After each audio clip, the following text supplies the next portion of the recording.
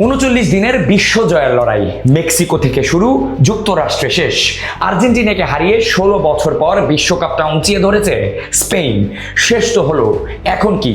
এখন ওই যে 5 moments to remember from the 2026 World Cup. Number 5, outstanding comebacks. আর্জেন্টিনার পিঠ এবার দেয়ালে ঠেকেছে বেশ কয়েকবার, কিন্তু তারা জবাবও দিয়েছে বেশ দারুণভাবে।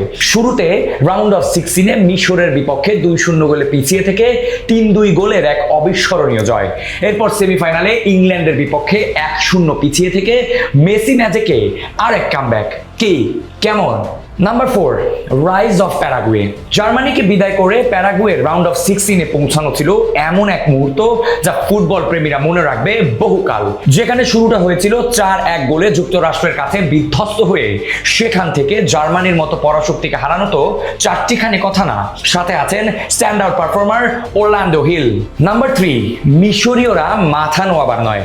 মিশর কিন্তু সচরাচর রাউন্ড অফ 16-এ ওঠে না, শেষ উঠেছিল 1934 সালে। 92 বছর পর ওঠাটা তাদের ইতিহাসের সেরা দৌড় আপনি বলতেই পারেন। সাথে আর্জেন্টিনাকে রাউন্ড অফ 16-এ কঠিন সময় কিন্তু এই দলই দিয়েছিল, তাই তাদের বিশ্বকাপ রানটা নির্দ্বিধায় সামথিং টু রিমেম্বার। নাম্বার 2, রো। নরওয়ে ম্যাচ শেষ হয় আর দর্শকদের একটা জিনিসের জন্য অপেক্ষা, কখন চলবে ভাইকিংসদের চিরচেনা রো সেলিব্রেশন। এবারের বিশ্বকাপে অনেকে হালান্ডের আন্ডারডগ বললেও তারা প্রমাণ করেছে তারা ডার্ক হর্সেস, আর সাথে রো সেলিব্রেশনটা ভুলবে কে? Number 1, কাবো Verde. বিশ্বকাপ শুরুর আগে মিরপুরের থেকে ছোট্ট একটা দেশ যে এমন সারপ্রাইজ প্যাকেজ হবে, এইটা কজনই বা আন্দাজ করেছিল? বলছি কেপ ভার্দে বা কাবো ভার্দের কথা।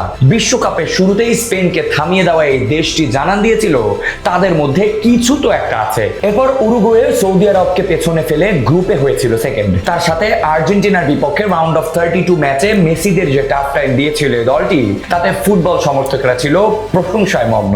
এই তো ছিল 5টা মোমেন্টস টু রিমেম্বার। আপনার কাছে কোনটা সবচেয়ে ভালো লেগেছে?